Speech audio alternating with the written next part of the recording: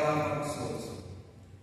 ये वह आश्वासन है कि क्रिस्त यीशु हमारे जिंदगी और हमारे संसार में विश्वास योग्य कार्य कर रहे हैं, भले ही परिस्थितियां अनिश्चित क्यों ना हो।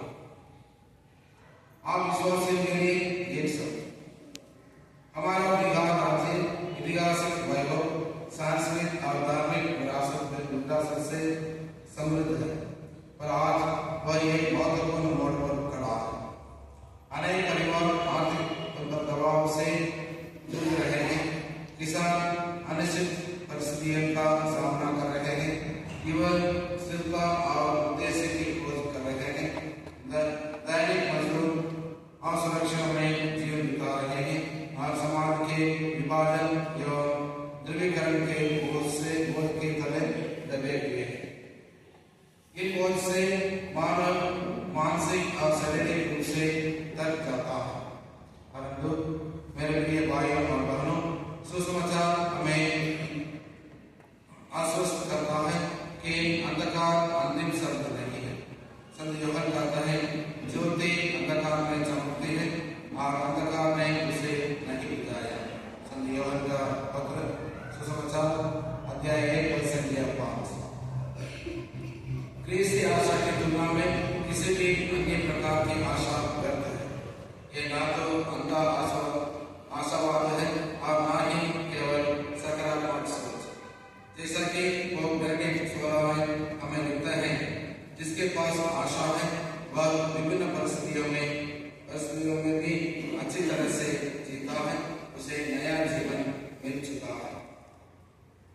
आशा हमारे आत्मविश्वास है और ईश्वर हमारे सामने, वह हमें कार्य कर रहे हैं और वह अपने प्रतिज्ञाओं को पूरा करेंगे।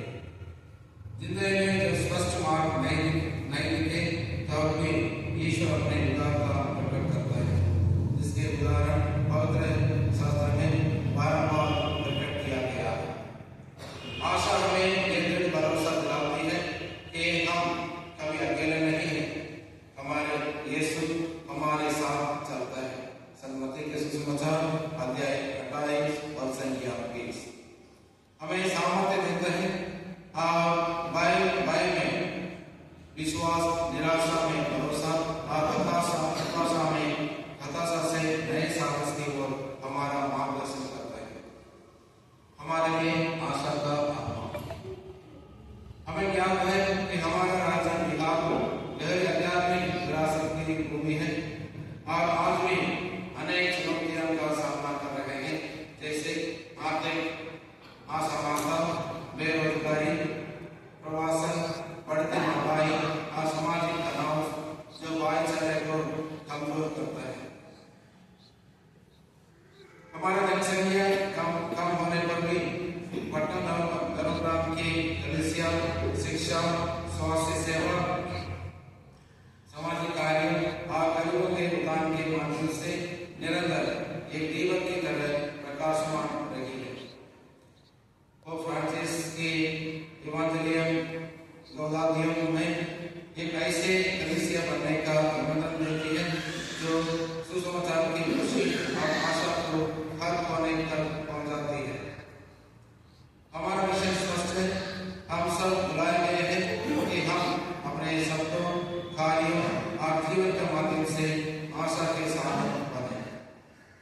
हम सब बुलाए गए हैं ताकि करुणा द्वारा आशा फैला सके, गरीबों और कमजोरों के साथ रह सके। हम न्याय और शांति द्वारा समाज के विभाजित हिस्सों को जोड़ सके। हम संवाद और सद्भाव द्वारा प्रत्येक व्यक्ति की गरिमा की रक्षा कर सके। हम विश्वास द्वारा ईश्वर पर भरोसा रखें जो कभी भी हमें विफल नहीं होने देता। संत पौलुस हमें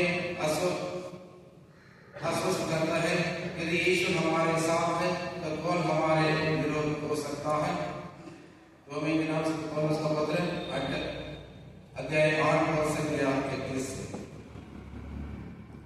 हमारे परिवार में आशा। प्रिय भाइयों और बहनों, हमारा परिवार घरेलू कलीसिया है घरेलू कलीसिया कहलाता है। रोमन अध्याय 11 और कई चुनौतियों से गुजरता है, जैसा